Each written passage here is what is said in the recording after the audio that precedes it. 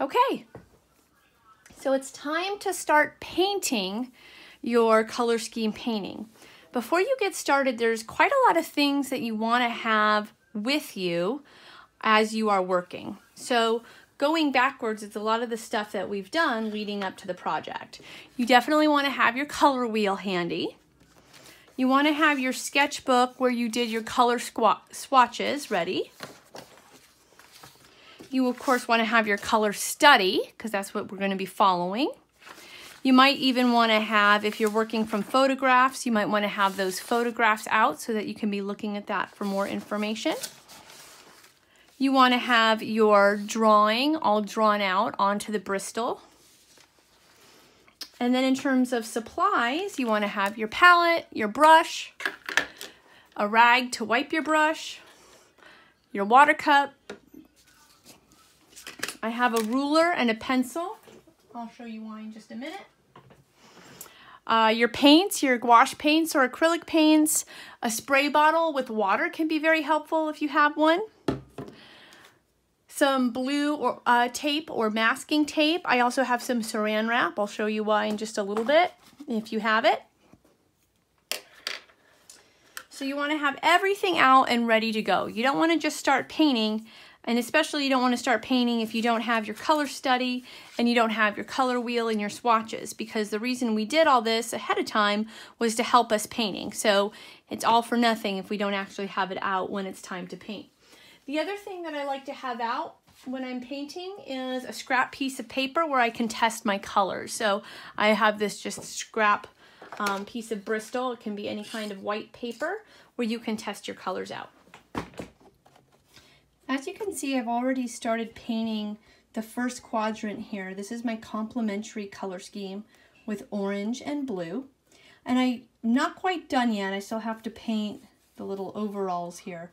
But I just want to point out a couple things that I'm looking for as you paint your projects. So the first thing is I'm looking for you to create a range of values. Those can be tints, tones, or shades, any combination of those. You don't have to do all of them, but you could use all of them. You could use only tints, only shades, however it works for your composition. So with the orange, I use tones in the background. Tones appear to recede in the picture plane, and so using the tones in the background helps the foreground pop forward a little bit. I also used various values in the background, so even though it's just the background, I still took advantage of using various values from lighter to middle to a little bit darker. And I did that at the bottom too, kind of creating this feeling of shadow as well. So I used different values of the blue. And then within the stuffed monkey, I used various values as well. So I have some kind of highlight values, some middle values, some shadow values. So you want to aim, I would say to aim for a minimum of 8 values, or 8, I should say, variations on color in each section. And that would really be a minimum. I think you can do a lot more than that, especially on the ones that use more than 3 colors. I did at least 8 here, and I only had blue and orange to work with. So once you have more colors to work with, you're going to be able to do a lot more than that. I had 3 values of tones, I had a tint, I had shades, so you can do quite a lot. For the next part of the demo, I'm going to work a little bit on my next quadrant over, which uses red, orange, blue, and green. And what I did, because I knew that I was going to need to use red, orange, and green, and both of those need to be mixed, I actually mixed them in these reusable containers. If you have any kind of reusable container that you can cover, any kind of small cup, disposable cup, or anything that you can put a lid on or wrap with some saran wrap, that will help you so that you don't have to mix it every single time you need more. And then once I mixed the red, orange, and the green, I put them on my scrap paper and held them up against my studies just to make sure that I really did match what I said red, orange was and what I said green was going to be. So you want to make sure you're testing them up against your color swatches or up against your color wheel to make sure that you have the right colors. You'll notice on your color wheel, there's a little section right here, and the print is very small, but it shows you for each color what it will look like as a tint, a tone, and a shade.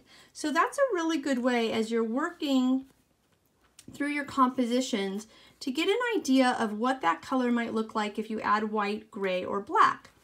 Notice that yellow and orange look quite different when you add gray and black to them. The yellow is going to turn almost this golden color, and the orange is going to turn more of a brown. Okay, so some of you might like that. Some of you may not like that. I would not use the yellow with black as part of your color scheme.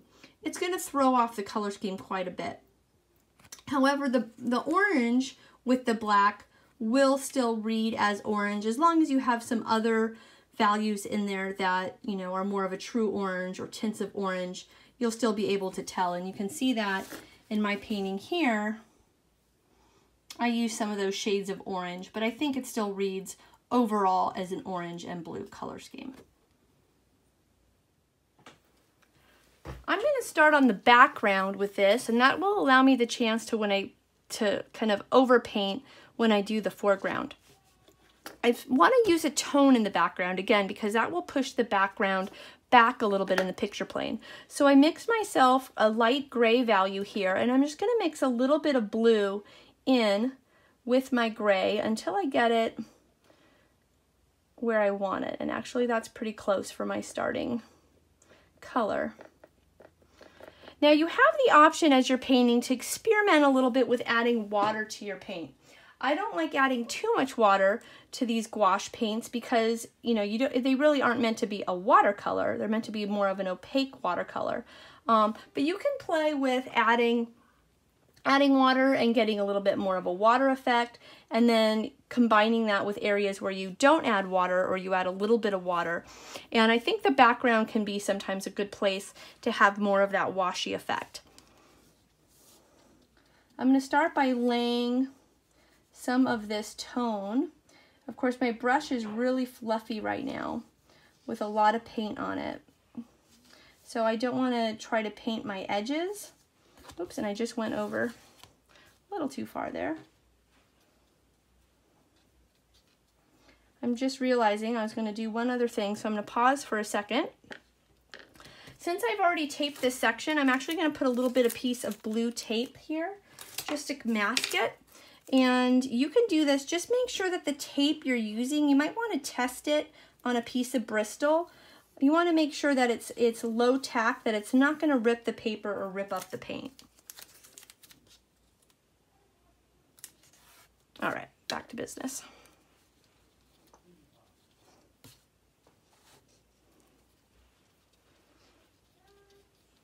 For those of you that are painters that have painted before, if you have clear acrylic medium in your kit and you are going to be painting with the painter's tape, you can coat the edge with just a really thin layer of the clear acrylic medium, and that will actually help so that the paint doesn't seep underneath the lines. Now this bear has kind of, you know, doesn't have a perfect edge because it is furry, so I'm kind of taking advantage of the fact that my brush isn't perfect right now to get a little bit of that texture. Otherwise I would want to wash it off before painting this edge.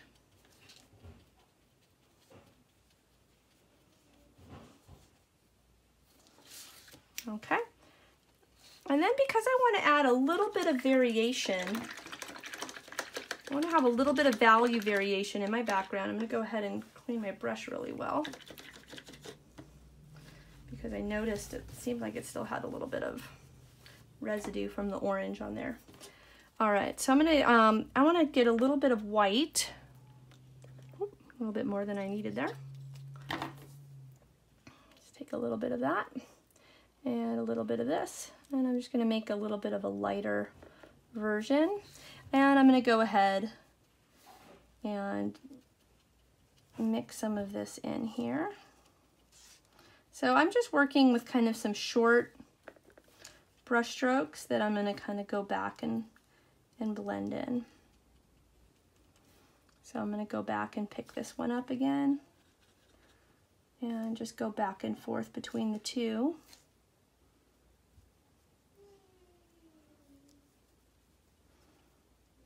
Kind of trying to get a little bit of a mottled texture in the back, not super smooth, but you know, definitely have them blend together a little bit.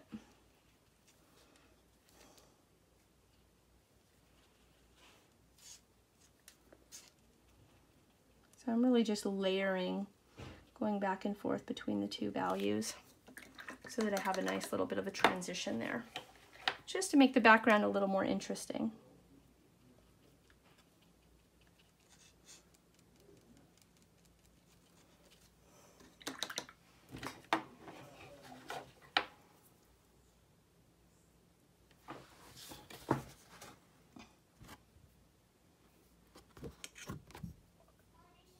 For the bottom section here, I'm going to go ahead and use some of the green that I pre-mixed, that I've already matched to my color wheel. And I know I want to be using some shades for my green. I want this to be a darker green.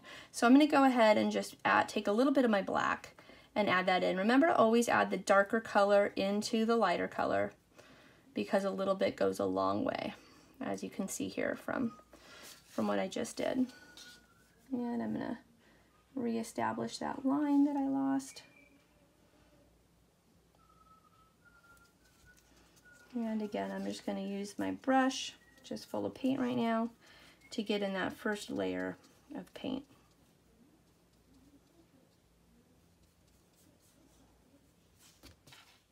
So I kept painting along the bottom edge there, and I added a little bit of a shade, or a darker shade of green as well, to give a little bit of a feel of shadow. And then I went ahead and I mixed a few of my red-orange values. So I have a pure red-orange and then two different tints, and I'm going to use those to start painting the bear. So my brush is still pretty full of paint. I have a little trick here. I like to use just a spoon. I can go ahead, I can take off some of the extra paint if I feel like I have a little too much paint on there and I want to wash my brush to get it to a point. If you have a palette knife, then you would use that. But if you don't have one, most of us have some sort of plastic utensil stuck in a drawer somewhere. So I'm going to go ahead and start painting with my middle value first.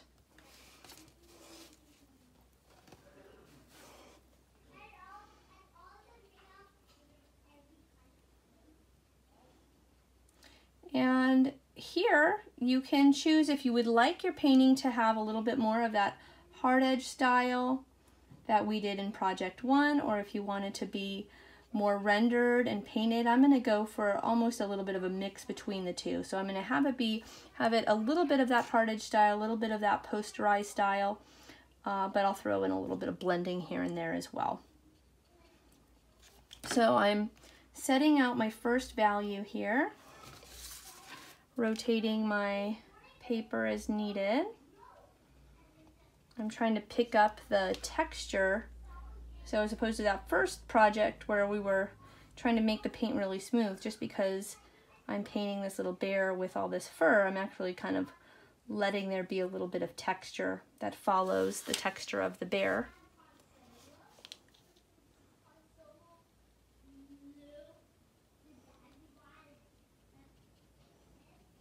And I'm going to go ahead, because I don't mind for there to be a little bit of blending, I'm going to go ahead and pick up my highlight color and place that on there without washing the brush. Obviously, if I was trying to do something really hard edge, I would want to wash my brush before doing that. But I'm going to let them a little bit mix together there. Throw in some of my highlight values. And then switch over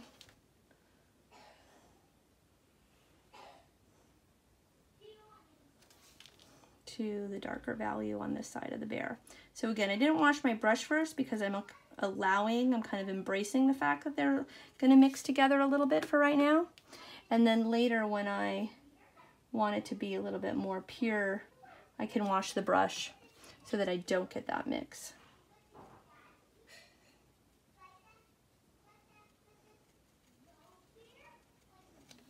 All right, so I'm moving along.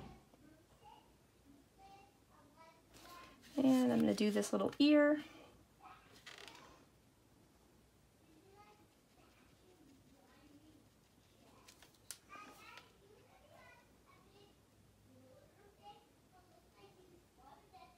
You'll notice that some of these colors are a little bit more kind of naturally transparent than others. So if you're, painting over something like some of these areas where I'm painting over a little bit of background, if you're painting over something and it's not quite covering the way you want it to, it might need a couple coats. The more white you add or the more black you add, the more opaque the paint will be, because the white and the black paint are both pretty opaque. So as I was finishing up the painting of the red orange, I realized that I forgot to look at my color study, and I wanted the bottoms of those feet, which are in a different fabric on the actual bear, to be blue, and instead I made them red orange. So I'm going to go ahead and see if I can paint over that to make them blue. So I went ahead and I painted over the pads of those paws blue, so I got those back more or less where I want them, and I'm ready to start painting the dress. So I have on my palette green and some white and the start of a tint of green, and I'm going to go ahead and, since my brush is pretty full here with this tint, I'm going to take some of it off so that I can put my brush into more of a point. I need some detail work here. So here's the finished quadrant. This is my split complementary with red, orange, green, and blue. And like I pointed out at the beginning of the demo, when I was talking about this first quadrant, I used a variety of both tints, tones, and shades to finish this part of the composition. So I used at least 2 different tones in the background. I used 2 different tints and a pure hue here for the blue. So that's 5 variations on blue. I used at least 3 variations on the green, and I used at least 4 variations on the orange. So I had to have a lot of variation within each hue to complete the whole color scheme.